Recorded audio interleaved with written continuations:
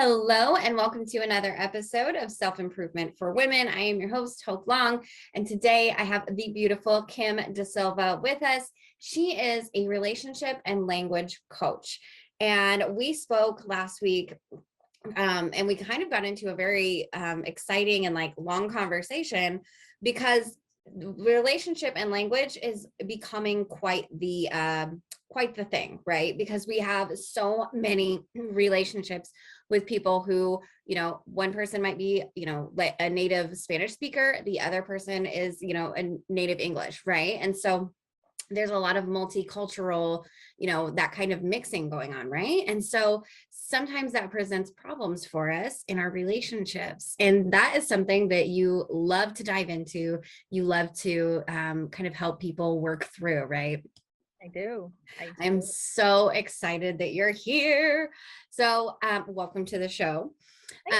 Let's go ahead. I want to kind of give everybody a little bit of background on you and how you came into this space, because we don't hear about this very often, right? So you have a very interesting niche. And a very roundabout story as well. So my professional background is that I am a Latin American history and Spanish lecturer. And I was doing a lot of work in the classroom with my students around issues like immigration and politics, of course, and language learning. And around the same time, because I am based in Trinidad, that's in the Southern Caribbean, we're right off the coast of Venezuela. So we had a lot of Venezuelan migrants coming into Trinidad. And what started happening was this kind of culture clash. And I always compare it to what happens at the US-Mexican border. It's the same thing, just on a smaller scale. So the idea of them versus us and a lot of xenophobia, we were experiencing all of that. And I noticed things that were happening in the classroom. We would speak very positively about, connecting with our neighbors and understanding our neighbors. My students would even write these wonderful essays about it. But then head out to the corridors or see what's being written on Facebook groups, and it was right back to that negativity, right back to the culture clash, right back to why are they here and what are they doing? They're taking our jobs. So for me, I wanted to kind of take what we were doing in the classroom, but make it more accessible, make it more everyday, make it more mainstream, make it into this is the reality of our life. And you can't say one thing in the classroom, but really be living a different reality. So let's see how we can mix the two. So I started a blog that was all about helping people understand the culture and traditions of Latin Americans, not just Venezuela. And then I started having workshops where I would bring guest speakers in from different Latin American backgrounds, where they would talk about their families and their traditions. And the whole point of it was to create the idea of these are real people, these are real stories, and we have to stop hiding behind the negative stereotypes. And actually would discuss the negative stereotypes. But what also happened at that same time, I was doing my own language classes with a heavy cultural component. And many of my clients were actually women in relationships with men from Spanish speaking cultures. So that's where it all kind of started coming together, because we wouldn't just be doing language. For that matter, my clients never came to me to do language. Yes, they wanted to learn it, but it was just a tool. What they were really doing is solidifying their place in their extended families. And by solidifying their place in their extended families, they were strengthening their relationship with their partner. And that's what it was really all about. So we would do language, we would do cultural awareness, and then we would touch on relationship issues. And the relationship issues became so prevalent that they kind of superseded the culture component, because very often some things that we thought were language barriers or culture barriers were simply male-female barriers. So we started working on that, and that's where more of the relationship work started happening, and more clients started coming in to talk about relationships and how we can really, and I say how we can make good relationships great. That's as one of the analogies I used is that you're coming in with a piece of silver and we're just polishing it. Your silver might be tarnished, and when you come, let's shine it. Let's figure out how to get rid of the grime and bring it back to its original shine. like it was when we were dating and we couldn't wait to see the person and we were all excited. So let's try to get some of that excitement and shine back. Yes, yes. And so touching on a little bit of solidifying your place in an extended family, this doesn't just happen with, multicultural relationships. This happens, with the same culture relationships too. Like I have to be accepted into, my boyfriend's family, right? And so I do the same thing. I have to solidify my place in that family. So it's not just applied to multicultural, it's applied to everything. And these relationships are global, like, right, like it doesn't really matter like where you came from or what you do or what your culture is, because the core of it is the connection, right? Because that is the nitty gritty down to the value part, right? And so first of all, amazing, right? Like that you started from this place of teaching just about language and culture and getting more awareness around that. And then it actually turned into like a day-to-day, like how people can improve and just like be more accepting, be more open, be more understanding. And what a interesting way that it turned too. Because when we think of cultural acceptance, we think of, okay, love thy neighbor, right? Go out and understand them and, open your door to them, open your mind to that, right? But we don't always think of, okay, but like, I'm in a relationship with somebody with a different culture. Am I being as open, as connected as I possibly can be? And am I understanding them in the way that they need to be understood? Because a lot of times it comes down to like perspective, right? And how we're raised and then how we're thrown into the world when we're 18, then we learn all this other stuff. And it's all based on personal experience. So it's just a very, very interesting topic. So today, for everyone that is watching, we're going to like dive into the 5 mistakes that you're making in your relationship. And so let me ask you, with this topic, is this for multicultural families? Is this for, is it for everyone? Everyone. It's for everyone. It is. I mean, how it's received can have some cultural implications, but this is pretty general. Okay, awesome. Yeah. All right. Well, what's number 1 for us? Let's get started. All right. So be complimentary. Oh, you're not being complimentary enough is the mistake. And one of the things I kind of want to start by explaining is that the mistakes stem out of not treating our partners the way that we would want to be treated. And that's pretty much the catch-all, right? Yeah. And there are, I would say, 4 foundations for a successful relationship, whether it's cross-cultural or same culture. You need to have respect, you need to have courtesy, you need to have kindness, and you need to have reliability. And the mistakes we may be making and the good habits we need to form instead all revolve around those 4 principles: respect, kindness, courtesy, reliability. Okay. So even if we look at number 1, which is, we're not being complimentary enough, that stems from kindness and even respect. So I'll just tell you the 5 ones that we're going to touch on, and then we can go into each one in more detail. Okay. Yeah. So we got: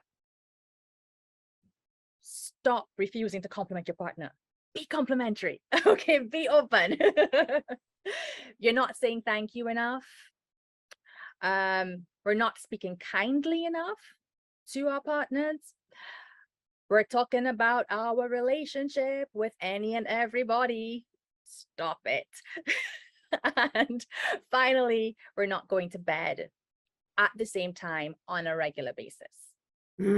That's a big one too. It is a big one. It is a big one. So be complimentary. So act in your relationship and behave and treat your person the way that you expect and hope that they're going to treat you, right? Exactly. And we do this for like the first 6 months. Right, exactly. And like, then what happens, right? It kind of like falls off a little bit, right? It does. everything they do is wonderful and great, and we're so excited by it. And then it's like, oh, okay, He it's done. always says that for me. Oh, like, Yeah, whatever. like how rude is that? Exactly. And Go ahead. I was having a conversation recently with somebody about the same thing, and we were talking around the idea of, but what do I compliment? Because sometimes I just get so used to things, it's I can't even think of how to compliment somebody anymore.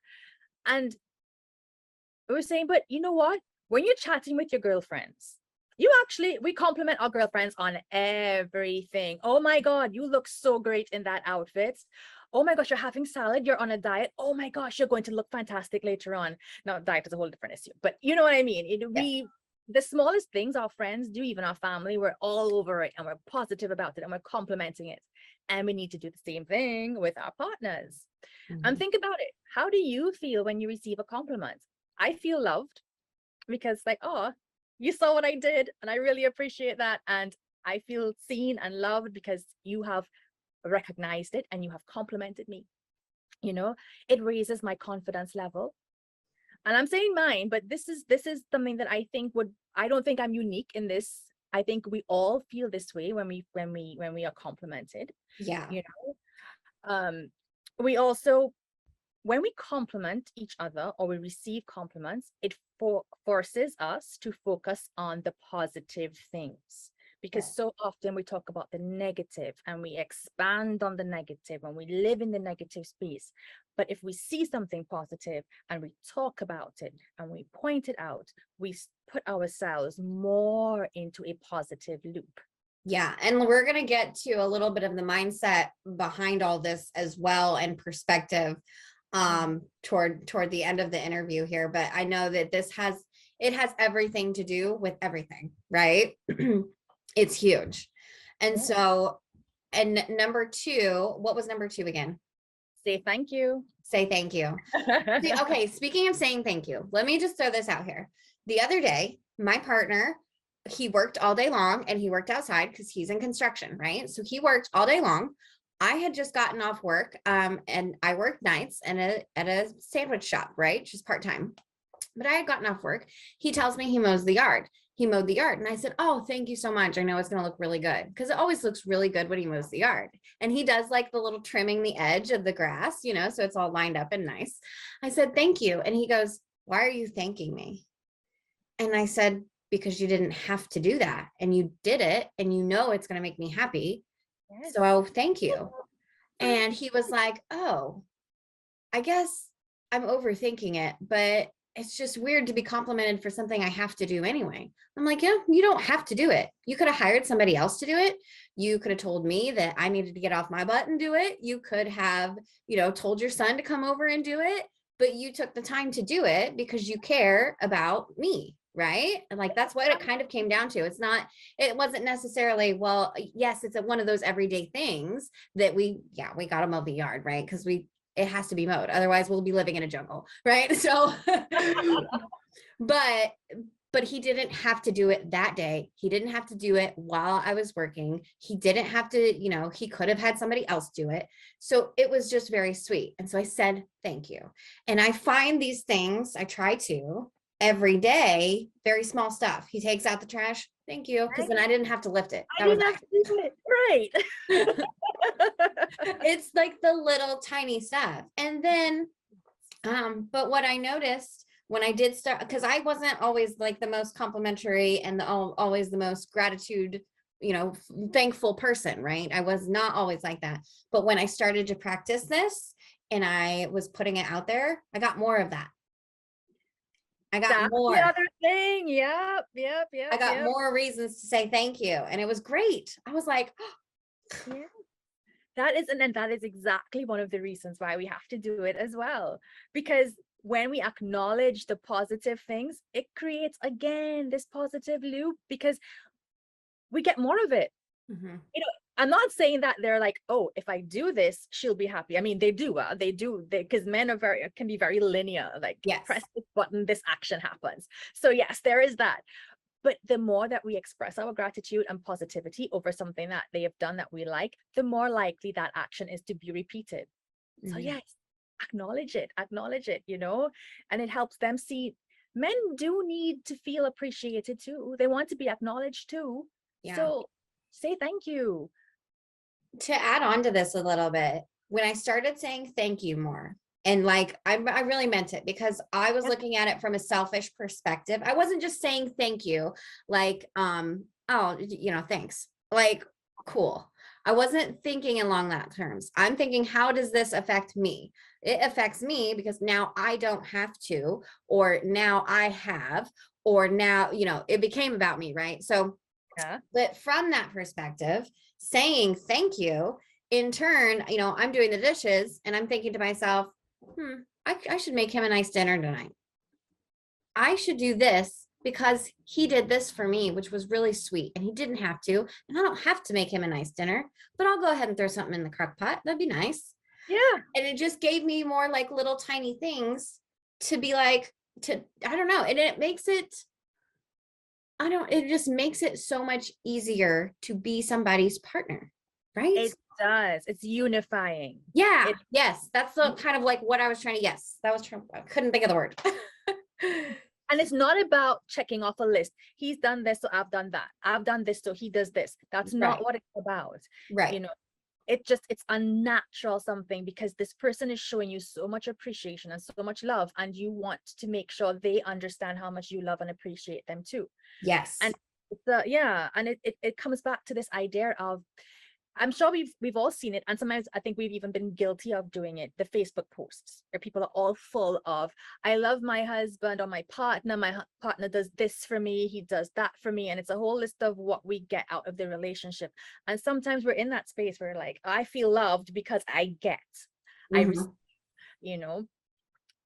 And I remember once my perspective was totally flipped on that when I was asked, can you see what are you giving?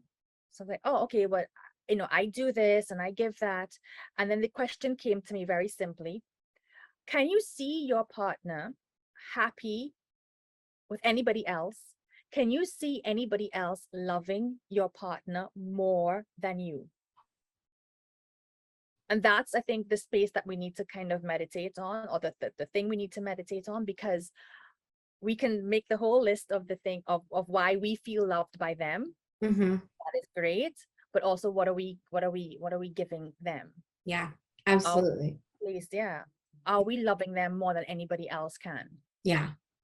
And that also ties into showing up as the best version of yourself. We talk a lot about that on this show, how to be the best version of you so that you can show up for other people in the best way possible. And it doesn't have to be your partner. It could be your kids. It could be, your boss. It could be whatever. Yeah. But showing up as the best version of yourself helps you be the exact person that they think that you really are, right? Because like everybody has like different perspectives of who you are, because only you know who you are. But like James thinks like I walk on water, and like he's like this beautiful creature just showed up at my house one day, like but that's an extreme case. But like, we all have, everybody perceives us very differently from how we perceive ourselves. But what happens when we start to appreciate ourselves and come to understand ourselves and show up as that person that we admire and respect, right? We become the whoever's perceiving us, we become exactly who they need us to be, right? Or they think that they need us to be. And that's a very twisty way of just saying like, show up as you, and like you're tenfold what will come back to you, right? Yeah. Yep. Which, yeah, that brings us to point number 3. And point number 3, again, go ahead with that. What was that one? Stop speaking unkindly. Yes. Stop being rude. Stop being disrespectful. Be kind. So we talk about, as women, how we pay attention to everything that is said to us and how it's said to us. We pay attention to the words that are being used. We pay attention even to the body language. Mm-hmm. Pay attention to the tone of voice.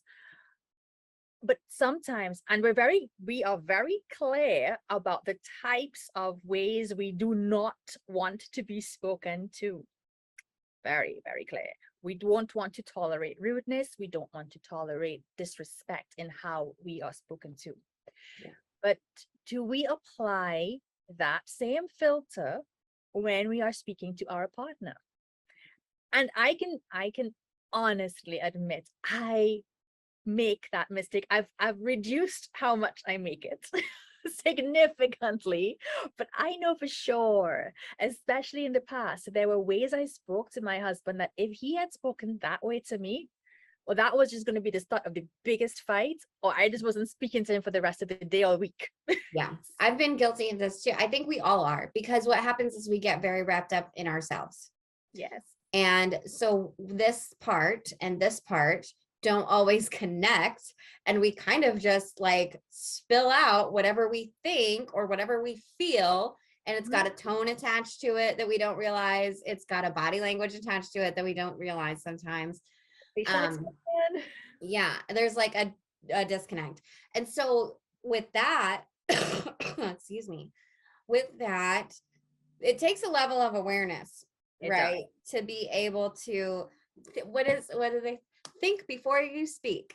Think Right? before you speak. Oh yes, apply those filters even in your home. Put Yes. those filters in place. Yes. Yeah. And it's one thing to like, and there's some examples of this that you might not be thinking of, but like when I ask my partner to do something for me, it is a actual question. I try very hard not to already assume that he will do it when I say to do it, right? Like right then and there and jump on it. Right. And then I also present it as a legitimate question, like, will you please help me unload this dishwasher real quick? Like, and I'll ask like in that tone, like, will you please do that? And if he says no, I have to go do something. I'm like, okay, no worries. I got it. Thanks.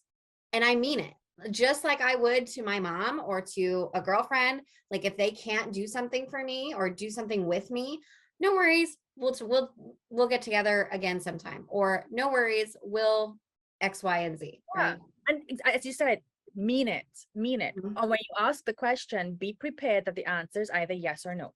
Yes. Yeah. I And think sometimes we ask questions and it's more of a demand. that's it. Oh yeah. But if somebody did that to us, we'd be like, are you serious? We'd be like, no, are you serious? But a man, again, they think kind of linearly.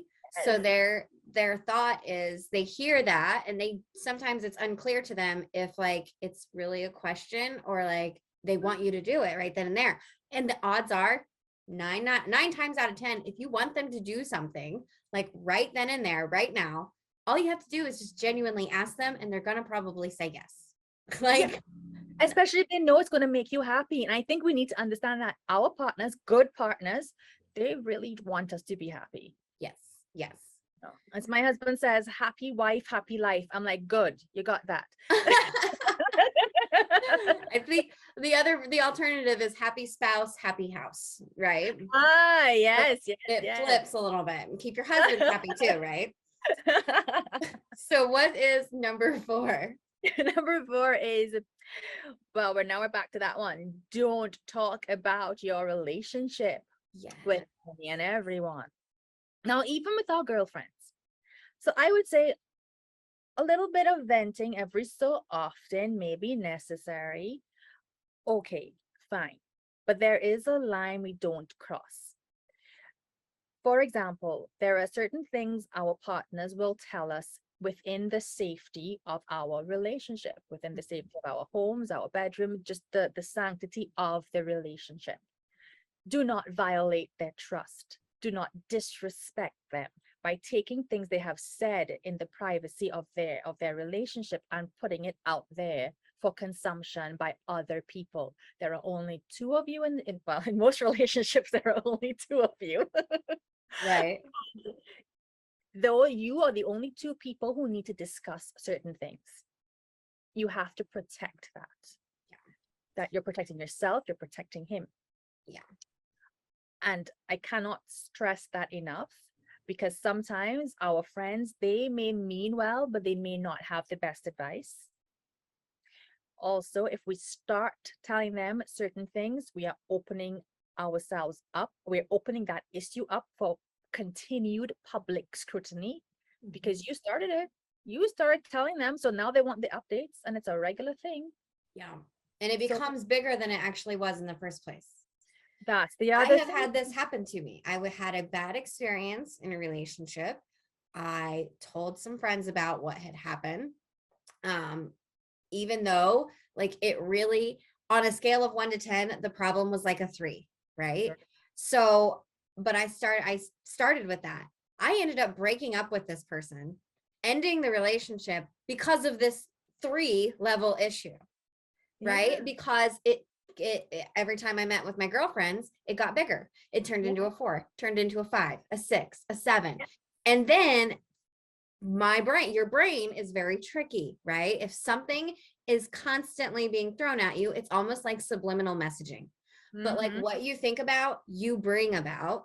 So in that sense, if you are thinking of all the negative stuff, all the, the little tiny things that get the 3 problems, right? The 3 problems, if you're thinking about and you're talking about the 3 problems, 3 problems turn into 9 problems, and it might end your relationship, right? They do. Because and exactly what you said, we're now focusing on the negative, and we put ourselves in the negative loop instead of the positive loop, and it just spirals out of control. Yeah.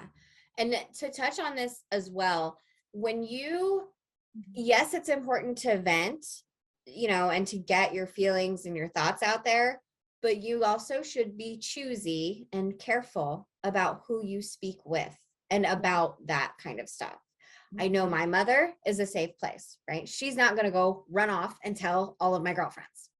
Okay. Like she's a safe place, right? She might tell my dad, but maybe not, like, because it's none of his business. And I know who she is, right? So like her, I can confide in the heavy, hard stuff. My girlfriends, some of them, it depends, right? Because you also have to think of this as like what you had said. You guys will meet again and again and hang out again and again, and they're going to continue the conversation from the last time you spoke. So if it was a negative conversation, it's going to be negative again this time, unless you change the conversation, right? And I want it to be pretty, while your girlfriends, some of them, yes, they have like your best and like what's best for you in their hearts, but not all of your friends are on the same page, because everybody has a different perspective, right? And so sometimes we say those negative things. Well, Janine over here says, oh no, you need to break up with him like right now. And then Martha over here is like, oh, you guys could work that out. That is nothing. And then you have, Lindley or whoever, and she's like, I'm just saying, like, everybody has a different perspective. And so have their own experiences and they project it onto yours. Yes, that's what I'm getting at. Is like they're coming from their own place of experience. Yeah. And so, you kind of have to be a little bit mindful of who you're telling and what, right? Yes. And then yeah, go ahead. Go ahead. No, you go ahead.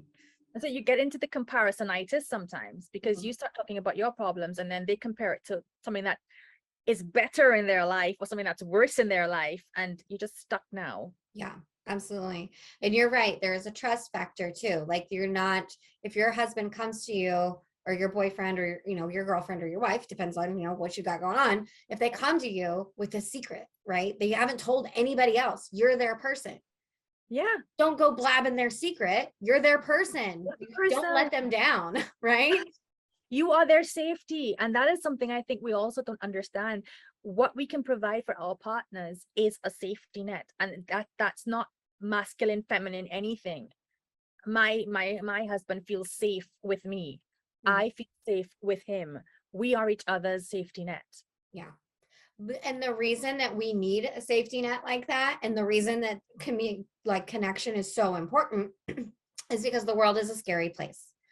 And we all have different perception on what is happening in our worlds, like, and what's happening to us, what's happening around us.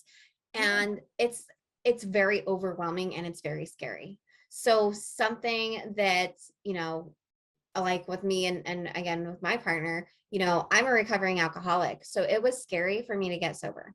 Right. And I didn't want to blab to the world at first, like, I'm going to get sober, because I was afraid, fear, rejection, all those things that like all that stuff was driving me and driving the alcoholism. So when I did make that decision, I told him. And then that was pretty much it at first, because I knew, he was still going to be there no matter what happened.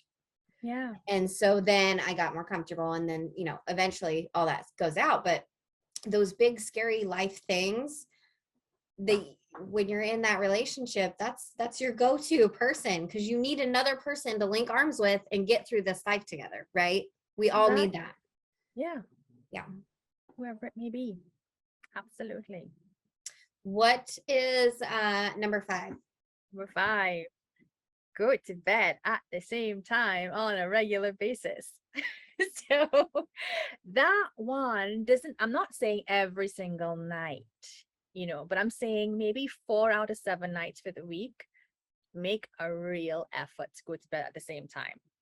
And I say that because for a lot of the people that I interact with, that I work with, or that I speak with on a daily basis, we are women who are working from home, and many of us are running our own businesses, starting our own businesses, building our own businesses. It takes a lot of work.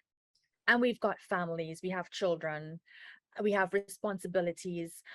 And sometimes, 10 p.m., 11 p.m., 12 p.m., I know I could be there doing something, because there's always something to do. But that's exactly it. There is always something to do. So you know what? It can wait till the morning. Barring something like, you have a deadline for the next day or whatever. But other than that,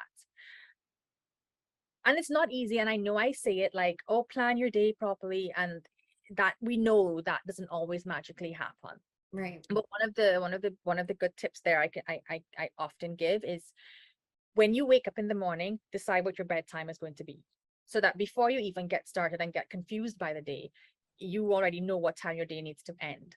Mm-hmm. And one of the reasons I talk about going to bed at the same time, yes, it can lead to more intimacy, which is another big issue in relationships, of course.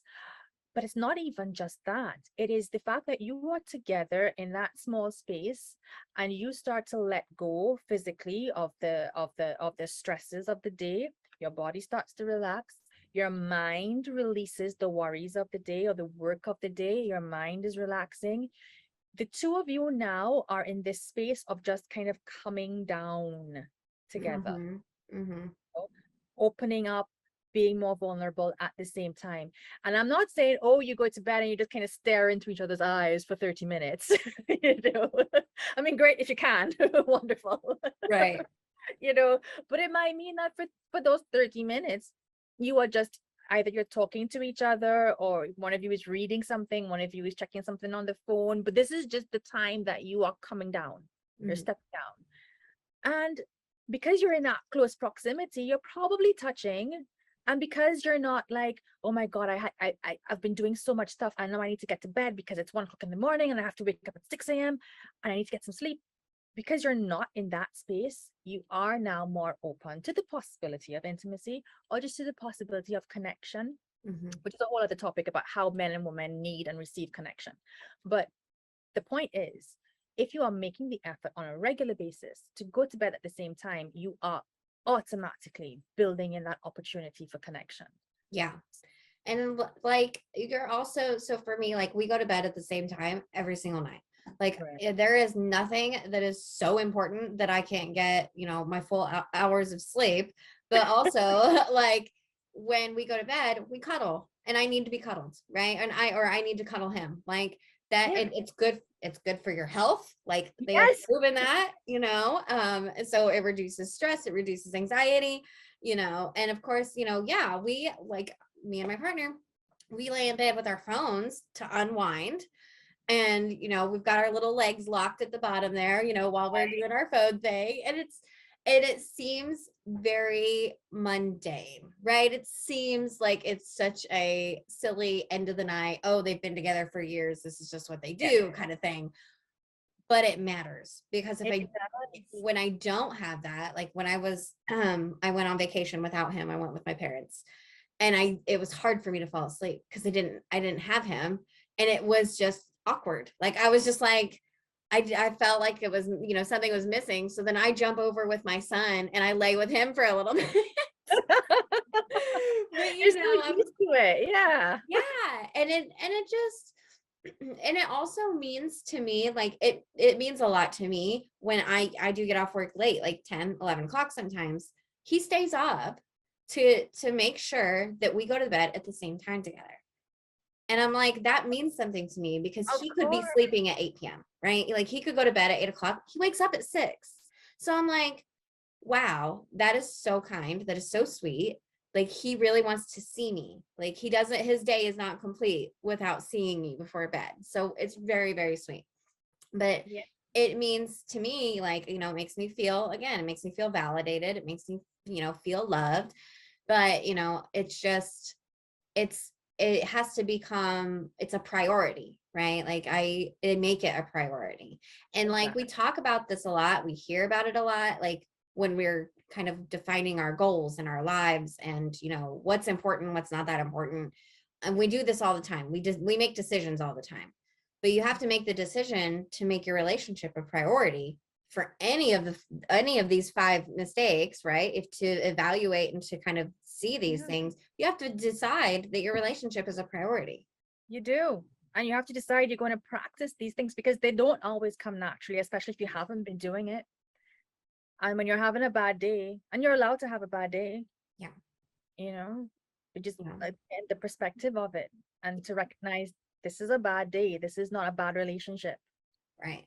Right. I think sometimes we let our bad days carry on into weeks or, months. But it all started with just like one bad day. It did. And it's because we didn't reset our minds. We didn't take time to be grateful. I know we talked about gratitude the last time we spoke. That was a big one. As far as like shifting your mindset, shifting your perspective, putting yourself in somebody else's shoes, right? Yeah, because we had I think one of the things that we talked about as well was sometimes when we're in that space of we're arguing often and we're complaining about all the things that our partner doesn't do for us, or all the things we're not getting from our partner, or we're not going out on enough dates, or when we go out on dates they're boring, or he doesn't bring flowers anymore, he doesn't treat me well, he doesn't romance me. Okay, those are things that can actually be fixed. Sure, you can have a discussion and just blow him away with all of your woes, which probably won't go that well. What we can also do though is try to remember, how are we showing up? Because a lot of us, we don't want to acknowledge that sometimes what we are receiving is a reflection of what we are putting out. Mm-hmm. And that's why it becomes very important, as we were talking earlier, to put our best foot forward. Yeah. To put our most positive self forward. We're allowed to have bad days. We're allowed to wallow in our self-pity every so often. We need to do it sometimes, right? But if we keep putting our best foot forward, if we keep showing up in that positive way, we are going to receive some of that positivity back. Yeah, Absolutely. absolutely. If we're in a good relationship with a good partner, that's all it takes sometimes, is us to shift how we are perceiving what we receive. Because sometimes what they're saying, and I know I've been guilty of this, when my husband might come home and say like, oh, you didn't get around to washing the dishes from this morning. But you know what? And I take it as I get really upset about it. What Part of that is, yep, like you're attacked, right? You feel attacked, immediately, like defensive, right? And a big part of that is, actually, I knew I wanted to get to those. It's just that I let a lot of other things prevent me from, spending the 10 minutes it takes to do it. Mm-hmm. Not that I have to do it. And it's not that he's actually angry that it's not done. Right. He was just like, observation. And then I let my guilt kind of like spew back out, Yep. yeah. So That happens all the time. That happens in every relationship. Like yeah, these fly by, like simple comments, observations are not attacks on you. They're not they're attacks on not. your character. There's no need to go into defense mode Nope. usually. And it's kind of silly that we do this, but it is because we have like a guilt about it, or like we knew we were gonna do it, and then like the day kind of gets away from us, because it Yeah. does, like it just happens, right? And but then we feel bad when somebody calls us out and we're like, oh, How dare you say the thing how that I dare knew I you, didn't how dare you. do. I love it. Amazing. These, okay, so you guys, you heard it here, probably not first, but you've heard it here now. 5 mistakes that you are making in your relationship, and actionable things that you can do today to flip that switch, right? And so, Kim, thank you so much for coming on today. This has been so much fun. You're welcome. It really was fun this morning. I Thank love you. it. I love it. You guys, if you have questions for Kim, if you want to reach out, if you're looking for relationship advice, all of her links are here at the bottom, and she would be more than happy to speak with you. I just know it. And you guys should definitely just hop on a call with her because she's a lot of fun. But Kim, thank you so much. Today has been amazing. And thank you guys for watching, and we will see you on the next one.